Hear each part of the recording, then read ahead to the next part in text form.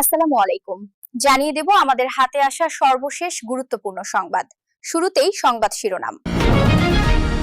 মধ্যপ্রাচ্যের আরেক দেশ ইয়েমেনে এবার ইরান স্টাইলে হামলার হুমকি দিল ইসরায়েল। এরপর জানিয়ে দেব ইসরায়েলের ভূখণ্ড লক্ষ্য করে আবারও ভয়াবহ মিসাইল হামলা চালালো ইয়েমেনের হুতি বিদ্রোহীরা।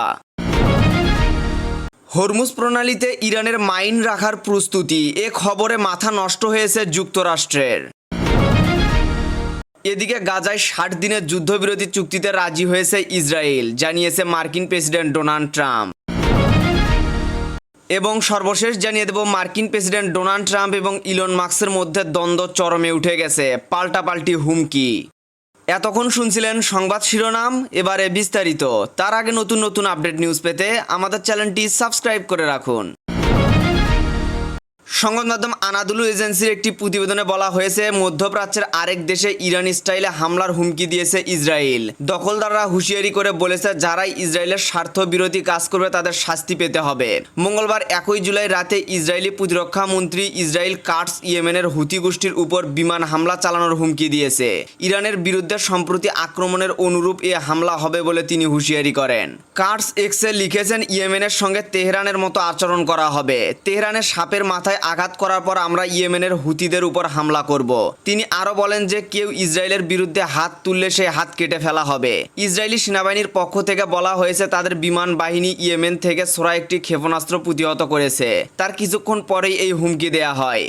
ইসরায়েলি হুমকির ব্যাপারে হুতি গোষ্ঠীর পক্ষ থেকে তাৎক্ষণিকভাবে কোনো মন্তব্য করা হয়নি। এদিকে গাজা উপত্যকায় ৬০ দিনের যুদ্ধবিরতির জন্য প্রয়োজনীয় শর্তগুলো ইয়েমেন মেনে নিয়েছে, এমনই দাবি করেছে যুক্তরাষ্ট্রের প্রেসিডেন্ট ডোনাল্ড ট্রাম্প। তবে হামাসে প্রস্তাব গ্রহণ করবে কিনা তা এখনও স্পষ্ট নয়। ইসরায়েলের ভূখণ্ড লক্ষ্য করে ফির ক্ষেপণাস্ত্র হামলা চালানো হয়েছে। ইয়েমেনের হুতিরা এ হামলা চালায়। এ ঘটনায় ইরান সমর্থিত হুতি গোষ্ঠীর বিরুদ্ধে তীব্র প্রতিশোধ নেওয়ার প্রতিশ্রুতি দিয়েছে ইসরায়েল।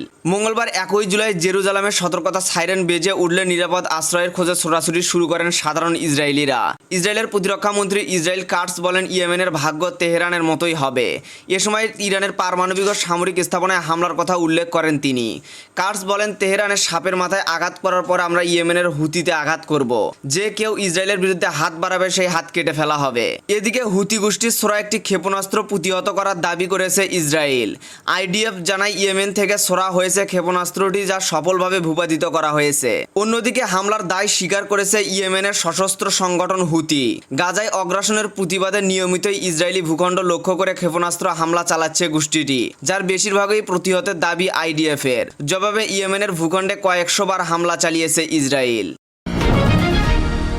গত মাসে পারস্য উপসাগরে ইরানি সামরিক বাহিনীর জাহাজে নৌমাইন লোড করার খবর পাওয়ার পর ওয়াশিংটনের উদ্বেগ বেড়ে গিয়েছিল। যুক্তরাষ্ট্রের আশঙ্কা ছিল, ইরান জুড়ে ইসরায়েলের হামলার পর হরমুজ প্রণালী অবরোধের জন্য তেহরান প্রস্তুতি নিচ্ছিল।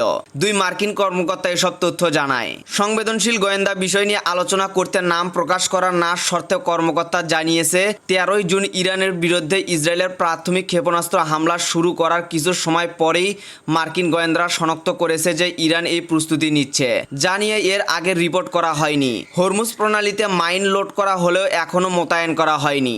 তবে এই পদক্ষেপের মধ্য দিয়ে ইঙ্গিত দেয়া হয় যে তেহরান সম্ভবত বিশ্বের বাস্তবতম জাহাজ চলাচলের পথগুলো একটি বন্ধ করার বিষয়ে চিন্তাভাবনা করছে।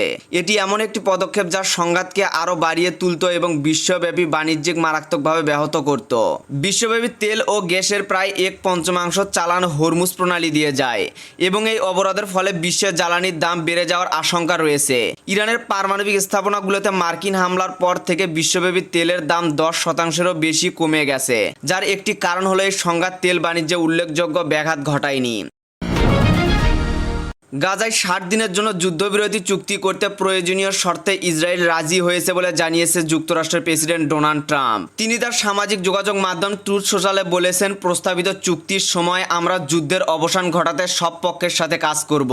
যদিও কি শর্তে যুদ্ধবিরতি হতে পারে সে কিছুই স্পষ্ট করে বলেনি। কাতার এবং মিশরে যারা গাজার শান্তি রক্ষার জন্য খুবই কঠোর পরিশ্রম করছে, তারা এই চূড়ান্ত প্রস্তাবটি পৌঁছে দেবে।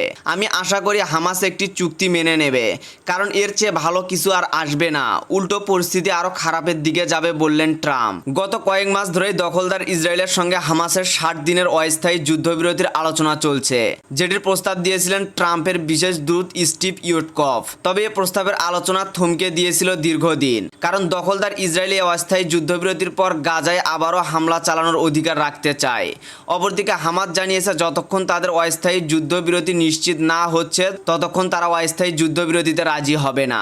ইসরায়েলি সংবাদমাধ্যম টাইমস অফ ইসরায়েল জানিয়েছে ট্রাম্প স্থায়ীভাবে যুদ্ধ বন্ধে কাজ করার প্রতিশ্রুতি দিয়ে সম্ভবত দুই পক্ষকেই সন্তুষ্ট রাখার চেষ্টা করছেন। হামাস ও ইসরায়েলের মধ্যে যুদ্ধবিরতি চুক্তির জন্য যেসব বিষয়ে এখনো মতপার্থক্য রয়েছে সেগুলো দূর করার চেষ্টা করছে আরব মধ্যস্থকারী দেশগুলো। এদিকে এর আগে পরশুদিন ট্রাম্প জানান তিনি গাজায় যুদ্ধবিরতি চান। এরপর হোয়াইট হাউসও জানায় ট্রাম্প গাজায় আর হত্যাযজ্ঞ দেখতে চায় না, এর কারণে যুদ্ধ বন্ধকে প্রাধান্য দিচ্ছেন তারা। আগামী সোমবার দখলদার ইসরায়েলের প্রধানমন্ত্রী বেনিয়ামিন নেতানিয়াহুর সঙ্গে হোয়াইট হাউসে ট্রাম্পের বৈঠক হবে। এর আগে যুদ্ধ বন্ধের জন্য ইসরায়েলকে চাপ দিচ্ছেন মার্কিনিরা। ভূতুর্কি বন্ধ করে দেয়া হলে টেসলার ও স্পেস এক্সের অধিপতি ইলন মাস্ককে যুক্তরাষ্ট্র থেকে ব্যবসা গুটিয়ে দক্ষিণ আফ্রিকায় ফিরে যেতে হবে বলে সতর্কবার্তা দিয়েছেন ট্রাম্প। মঙ্গলবার 1 জুলাই ট্রুথ সোশ্যালে পোস্ট করা এক বার্তায় ট্রাম্প বলেন, যুক্তরাষ্ট্রের ইতিহাসে এর আগে কেউ ইলন মাস্কের মতো এত পরিমাণে ভূতুর্কি পায়নি। মার্কিন প্রেসিডেন্ট আরও লিখেছেন, যদি এই ভূতুর্কি তিনি না পেতেন তাহলে এতদিনে তাকে ব্যবসা গুটিয়ে দক্ষিণ আফ্রিকায় ফিরে যেতে হতো। অন্যদিকে সম্প্রতি আবারও ট্রাম্পের তীব্র সমালোচনা করেছেন ইলন মাস্ক। তিনি মার্কিন কংগ্রেসে প্রস্তাবিত ওয়ান বিগ বিউটিফুল বিল নামে পরিচিত $3.5 মিলিয়ন একটি ব্যয় পরিকল্পনার তীব্র বিরোধিতা করেছেন এবং এটিকে উন্মাদ ও লজ্জাজনক বলে আখ্যা দিয়েছেন। মঙ্গলবার সামাজিক যোগাযোগ মাধ্যম এক্সে পোস্ট করা এক বার্তায় তিনি বলেন, এই বিল পাশ করা হলে আমি আগামীকালেই আমেরিকান পার্টি নামে একটি নতুন রাজনৈতিক দল গঠন করব।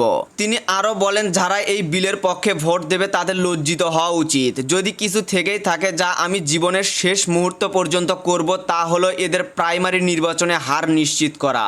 এ বক্তব্যের পর মাস্ক এক্স প্ল্যাটফর্মে চালানো এক জরিপে প্রায় 5.6 মিলিয়ন মানুষ অংশ নেয়, যার মধ্যে প্রায় 80% অংশগ্রহণকারী নতুন দল গঠনের পক্ষে মত দেন। এক সময় ইলন ও প্রেসিডেন্ট ট্রাম্পের মধ্যে বন্ধুত্বপূর্ণ সম্পর্ক থাকলেও এখন তাদের মাঝে দূরত্ব তৈরি হয়েছে।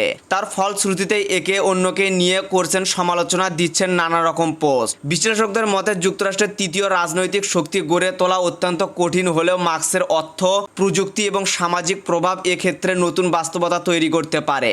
অন্যদিকে সাবেক প্রেসিডেন্ট প্রার্থী অ্যান্ড্রু ইয়াং এর ফরওয়ার্ড পার্টি ইতিমধ্যে মাস্কের আহ্বানে সাড়া দিতে আগ্রহ প্রকাশ করেছে। ইসরায়েলের সঙ্গে সব ধরনের বাণিজ্য বন্ধের সিদ্ধান্ত নিয়েছে স্পেনের শীর্ষস্থানীয় স্টিল প্রস্তুতকারক প্রতিষ্ঠান সিনেডর। গতকাল মঙ্গলবার স্থানীয় গণমাধ্যমগুলোতে তথ্য প্রকাশ করা হয়। স্প্যানিশ প্রচার মাধ্যমে বলা হয়েছে, ব্যাক্স অঞ্চলের প্রতিষ্ঠানটি এখন থেকে ইসরায়েলে আর কোনো পণ্য রপ্তানি করবে না।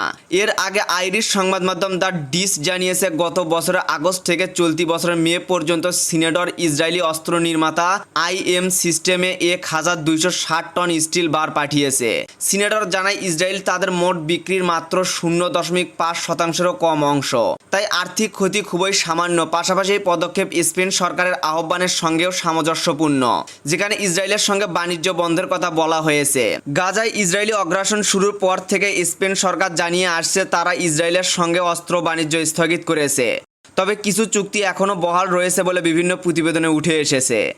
এখন এই পর্যন্তই ছিল। পরবর্তী আপডেট নিউজ জানতে আমাদের চ্যানেলের সাথেই থাকুন। ধন্যবাদ।